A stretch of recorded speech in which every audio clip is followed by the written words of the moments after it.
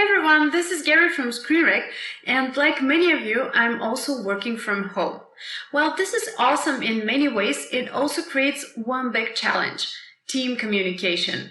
That's what the latest ScreenRec update is all about. Besides recording your desktop, microphone, and system audio, you can now record your webcam as well, which allows you to make your video messages more personal and better connect with your team even at a distance.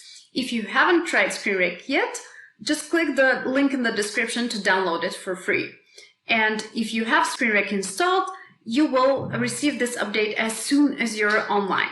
If you want to enable or disable the webcam, simply click the dedicated button in the toolbar. If you want to make this bubble bigger, click the plus sign or hover over it with your mouse and scroll up. Scrolling down will make it smaller, and so will clicking the minus sign.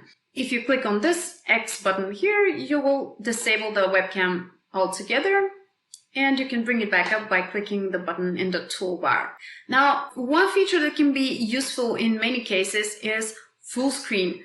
You can go full screen at any time, which is perfect if you want to record talking head videos, or if you simply want to move to webcam only at some point in your video. You can exit the full screen by clicking on this button or by scrolling down with your mouse.